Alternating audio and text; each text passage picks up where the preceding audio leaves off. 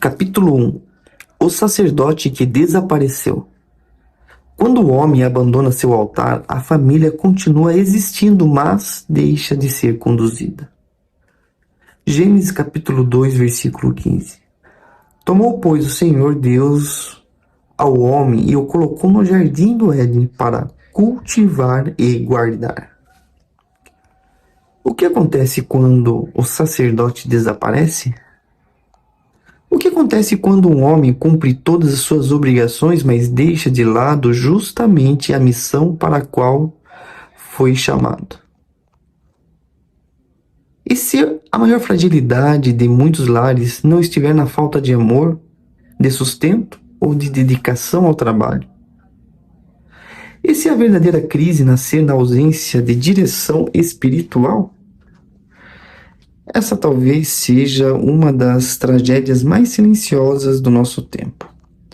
Vivemos cercados por homens que trabalham duro, levantam cedo, enfrentam jornadas exaustivas, assumem responsabilidades e fazem o possível para que nada falte dentro de casa. Ainda assim, não é difícil encontrar famílias espiritualmente enfraquecidas, filhos crescendo sem uma referência de fé e lares onde Deus é respeitado, mas raramente ocupa o centro da vida cotidiana. Como chegamos a esse ponto? Essa é a pergunta que me acompanhou durante muito tempo. Lembro-me de uma noite aparentemente comum. As crianças já haviam dormido, a televisão permanecia ligada, mas minha atenção estava distante. O corpo sentia o peso de mais um dia de trabalho. As contas estavam pagas. As responsabilidades do dia tinham sido cumpridas. Sob qualquer olhar externo, tudo parecia estar em ordem. Mas havia um vazio que eu não conseguia explicar. Eu amava minha esposa, amava meus filhos. Não havia dúvida alguma de que faria qualquer sacrifício por eles.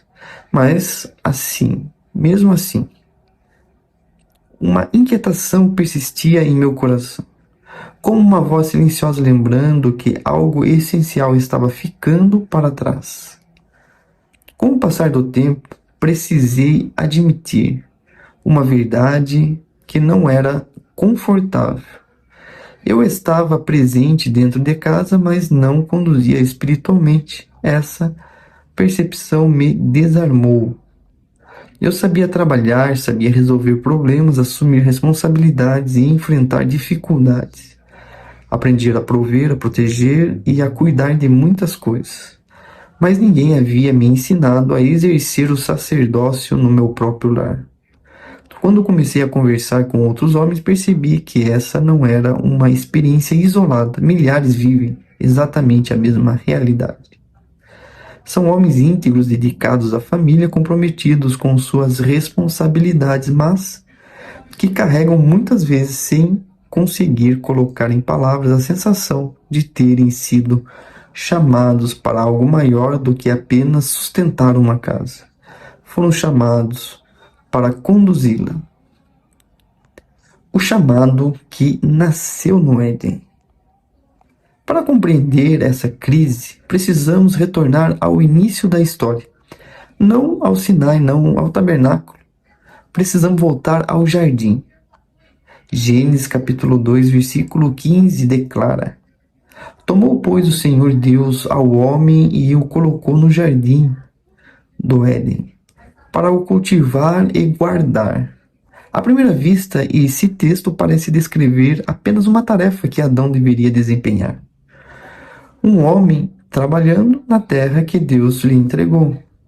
Mas a Escritura raramente são superficiais.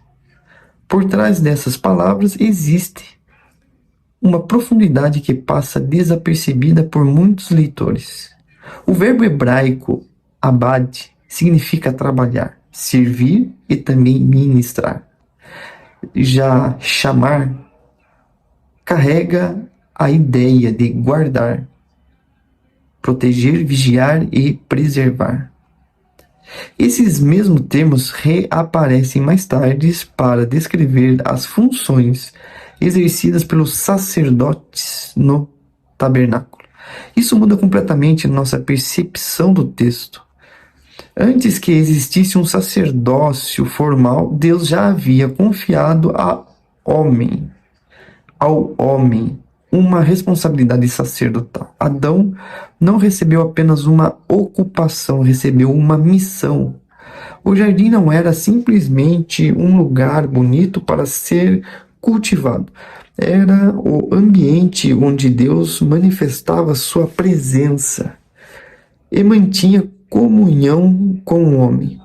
Preservar aquele lugar significava proteger essa comunhão, guardar aquilo que havia de mais precioso.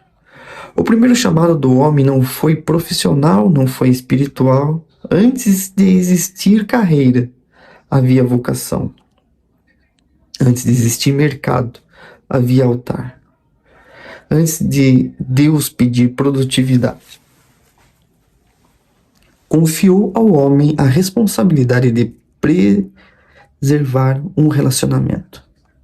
Talvez seja exatamente aí que muitos de nós tenhamos nos perdido. Aprendemos a construir patrimônio, desenvolver uma profissão, conquistar espaço e alcançar resultados. Nada disso é errado. O problema começa quando essas conquistas ocupam o lugar daquilo que Deus estabeleceu como prioridade. Nenhum sucesso fora da casa compensa a ausência de um altar dentro dela. O sacerdote nunca foi chamado apenas para administrar recursos. Seus primeiros compromissos sempre foi preservar a presença de Deus no ambiente que lhe foi confiado. Essa continua sendo uma das maiores necessidades da nossa geração. Atendo ao horizonte da criação. Quando pensamos em sacerdócio, é comum que nossa mente caminhe imediatamente para Arão ou para os sacerdotes que serviam no templo. No entanto, muito antes de Israel existir, Deus já havia estabelecido um sacerdote. Esse homem era Adão. Desde o princípio, o Criador confiou ao homem uma missão que ultrapassava o cuidado com o jardim. Adão recebeu direção, limites bem definidos e responsabilidade de preservar aquilo que Deus havia declarado santo. Seu trabalho não se restringia a cultivar a terra, ele deveria vigiar, proteger e guardar a ordem estabelecida por Deus. Sob essa perspectiva, a queda revela muito mais do que um ato de desobediência de Eva. Ela expõe uma liderança que deixou de cumprir seu papel. Revela um sacerdote que não exerceu vigilância. Mostra um homem que, diante daquilo que exigia posicionamento, permaneceu passivo. Esse detalhe merece nossa atenção. O texto bíblico não afirma necessariamente que Adão estivesse distante quando a serpente falou com Eva. O problema não foi, em primeiro lugar, a ausência física, mas a ausência daquilo que sua presença deveria representar. Ele estava ali, porém sua presença não se transformou em uma proteção, discernimento ou direção espiritual. Talvez aqui encontramos a primeira grande crise da masculinidade registrada nas Escrituras. Não foi uma crise de força, inteligência ou competência, foi uma crise de passividade. E olhando para a realidade de nossos dias, é difícil não perceber como esse mesmo padrão continua se repetindo. Muitos homens jamais abandonariam suas famílias. Trabalham, sustento o lar, cumprem inúmeras responsabilidades e permanecem presentes dentro da casa. Ainda assim recuam silenciosamente da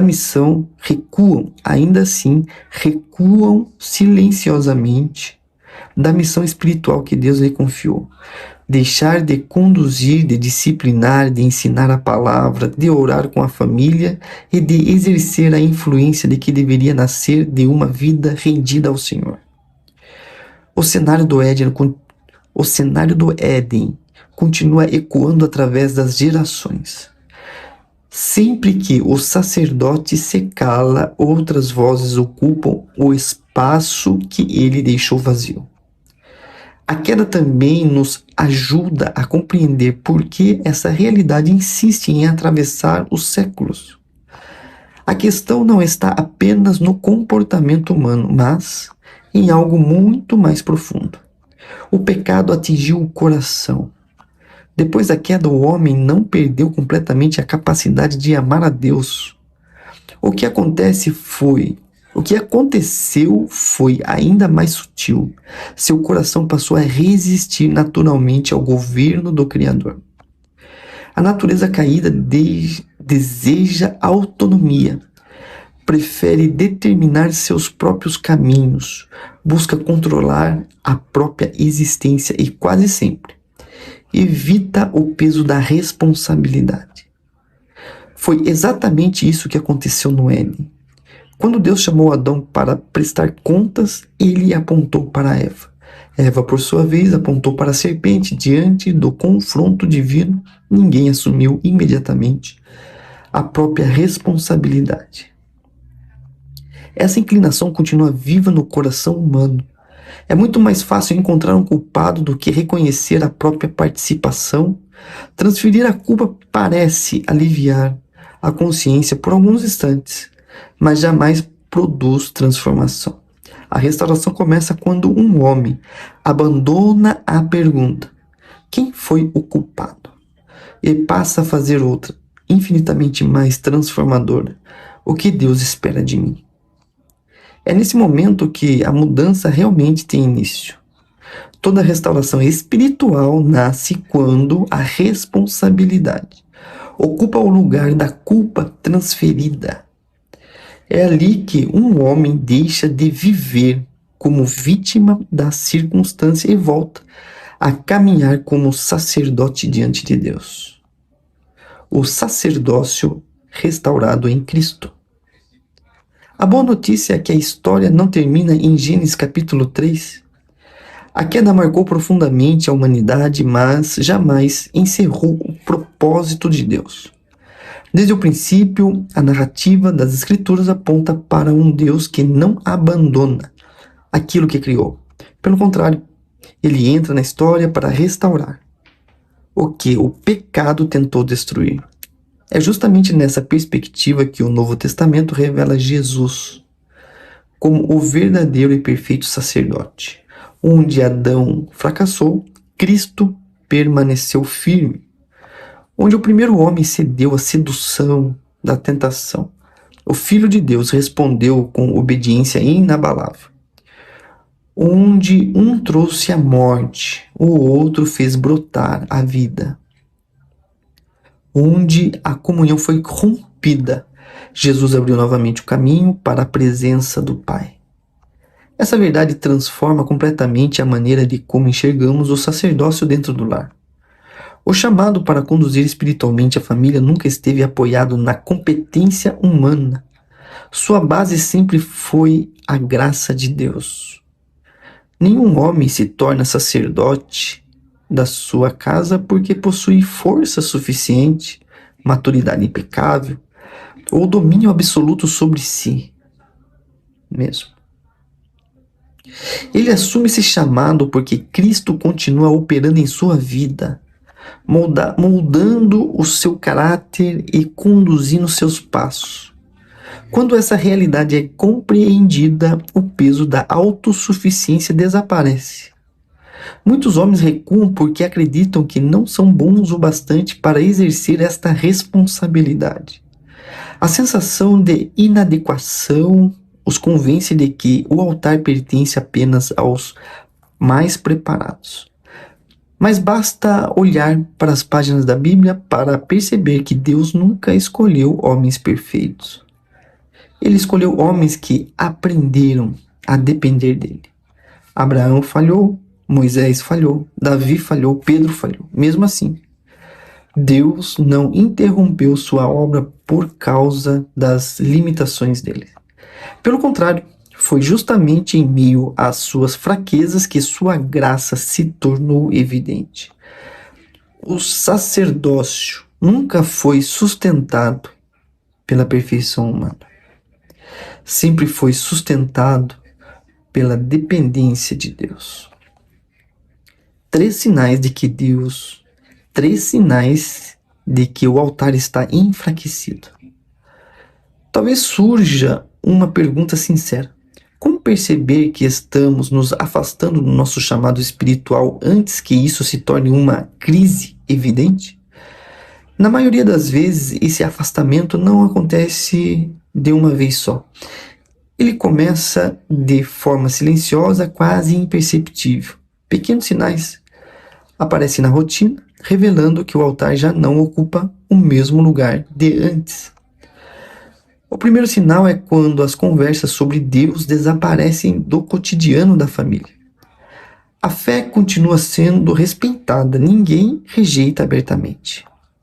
Ela apenas deixa de fazer parte das conversas, das decisões e dos momentos comuns da casa. Aos poucos, aquilo que deveria ser vivido diariamente torna-se assunto apenas dos cultos ou de ocasiões especiais. O segundo sinal é quando a oração se torna de forma esporádica. O altar permanece como um belo discurso, mas perde o espaço na prática. Existe a intenção, existe o reconhecimento de sua importância, porém faltam os momentos em que a família realmente se reúne diante de Deus, sem perceber a rotina ocupa o lugar da comunhão. O terceiro sinal talvez seja o mais preocupante. Outras vozes começam a discipular a família com mais intensidade do que a palavra de Deus. A cultura fala o tempo todo. As redes sociais ensinam continuamente. Influenciadores moldam comportamentos. O entretenimento transmite valores sem fazer pausa. Enquanto tantas vozes disputam a atenção, todos os dias a voz do Pai espiritual vai se tornando cada vez mais discreta, até quase desaparecer. Toda a família está sendo discipulada por alguém.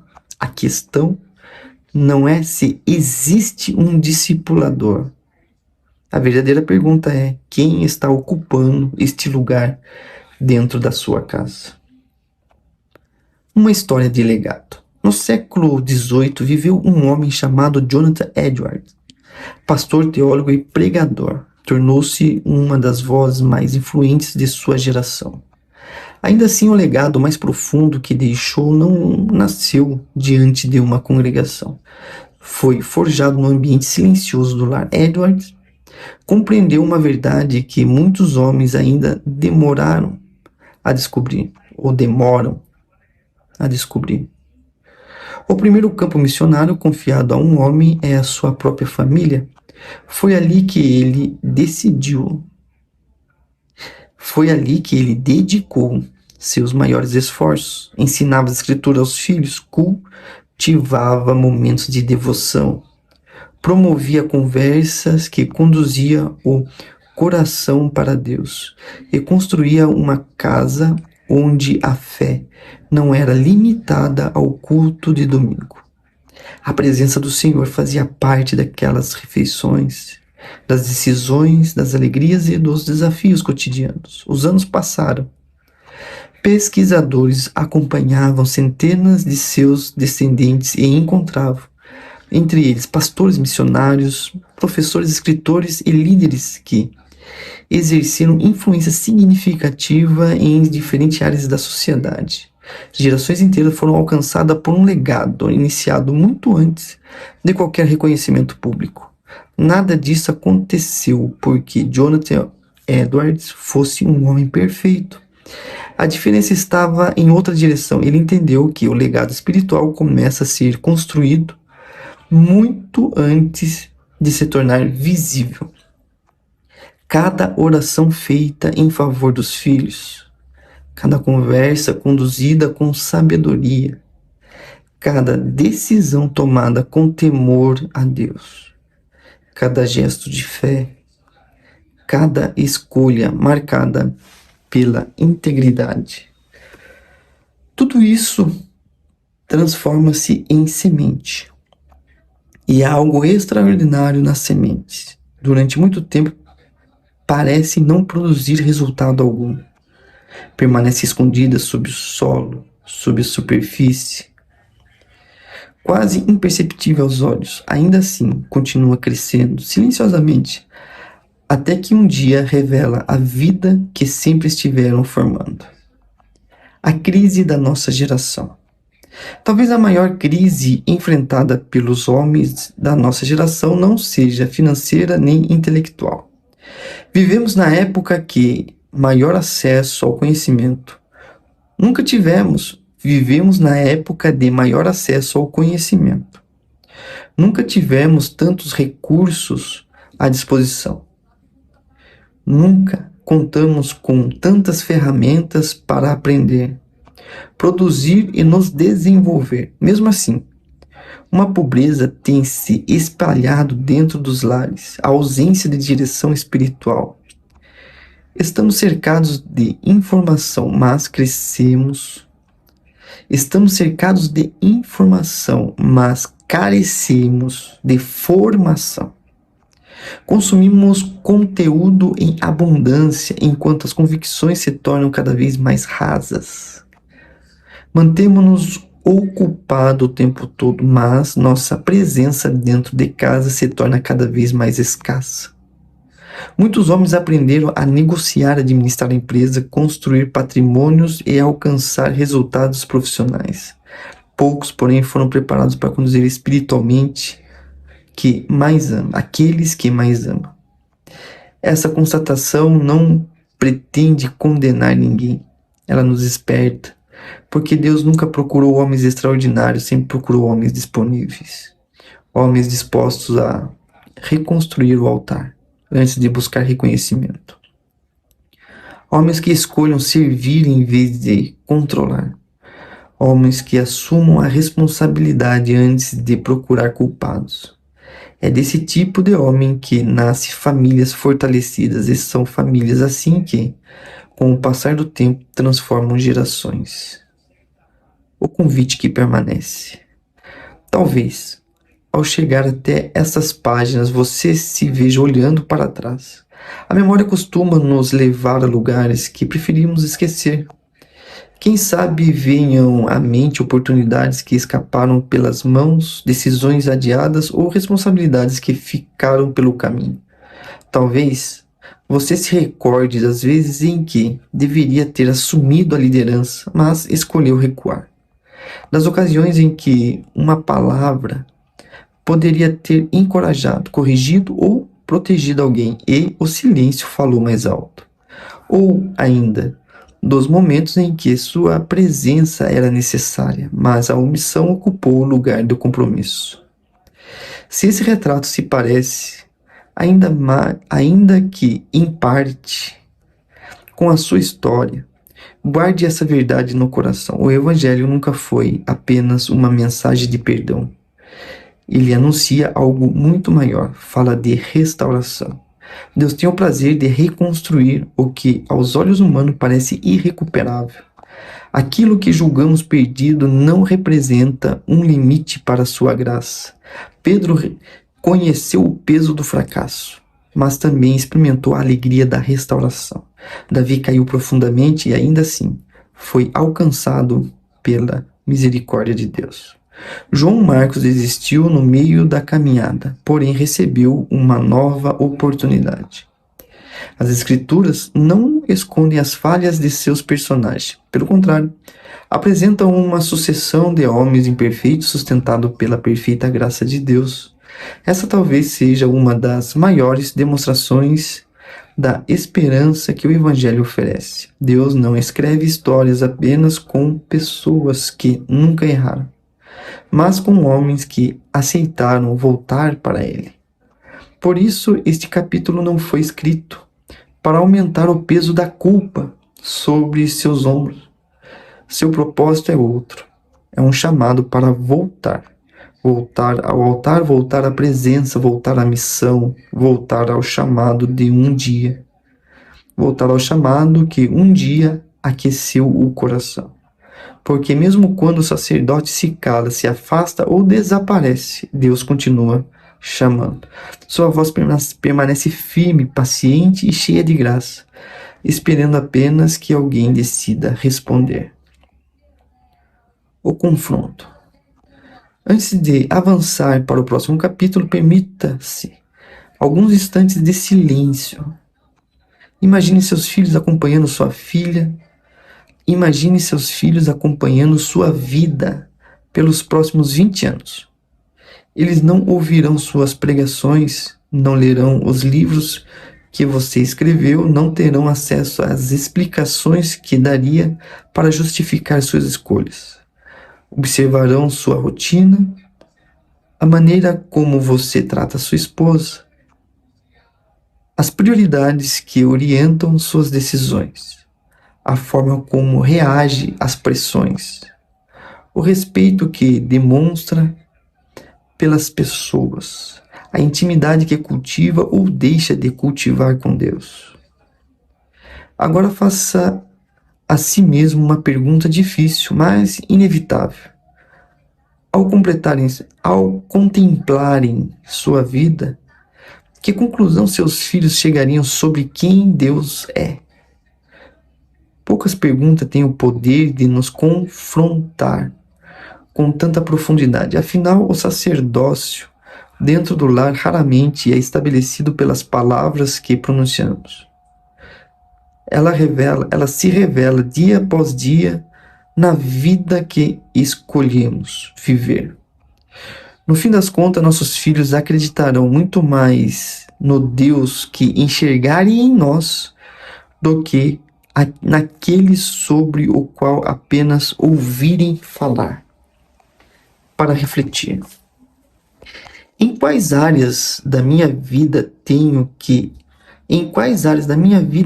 dedicado a sustentar minha família, mas deixado de exercer o papel espiritual que Deus confiou a mim? Quando minha esposa e meus filhos olham para a minha caminhada, eles encontram uma referência que os aproxima de Deus? O que meus filhos têm aprendido sobre o Senhor ao observar minhas escolhas, minhas palavras e a maneira como enfrento os desafios do dia a dia?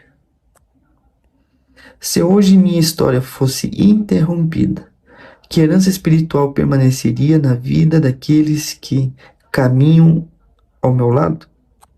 Existe algum altar abandonado dentro do meu lar que precisa ser restaurado para que Deus volte a ocupar o lugar de honra que sempre lhe pertenceu?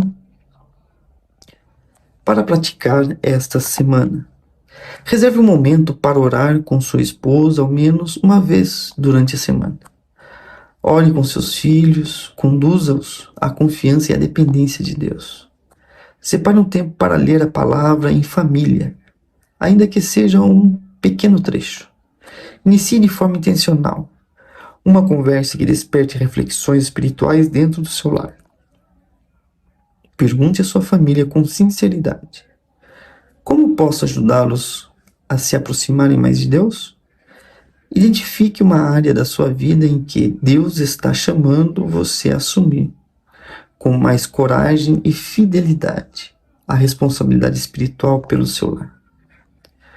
Oração do capítulo. Senhor, reconheço que, muitas vezes, meus esforços estiveram voltados para aquilo que eu podia construir ao meu redor, enquanto negligenciei a obra silenciosa que Tu desejavas realizar dentro de mim. Perdoa-me pelas ocasiões em que estive presente apenas de corpo, mas distante em espírito. Perdoa-me pelas oportunidades desperdiçadas, pelas responsabilidades que deixei de assumir e pelos momentos em que permaneci em silêncio quando deveria ter conduzido minha família na direção da Tua vontade. Obrigado porque a tua graça alcança até mesmo as minhas falhas e faz nascer esperança onde antes havia culpa. Desperta novamente em meu coração o chamado para cultivar e guardar tudo aquilo que colocasse sob meus cuidados. Ensina-me a amar minha família com o mesmo amor sacrificial com o que Cristo ama a sua igreja. Que minha vida seja um reflexo da tua presença, que minhas palavras revelem a tua verdade, que minhas atitudes aponte continuamente para ti. Faz da minha casa um lugar onde o teu nome seja honrado, onde a tua presença seja desejada e onde as próximas gerações aprenda que a tua fidelidade jamais falha. Em nome de Jesus, amém. Versículo para memorizar. Gênesis capítulo 2, versículo 15. Tomou, pois, o Senhor Deus ao homem e o colocou no jardim do Éden para o cultivar e guardar.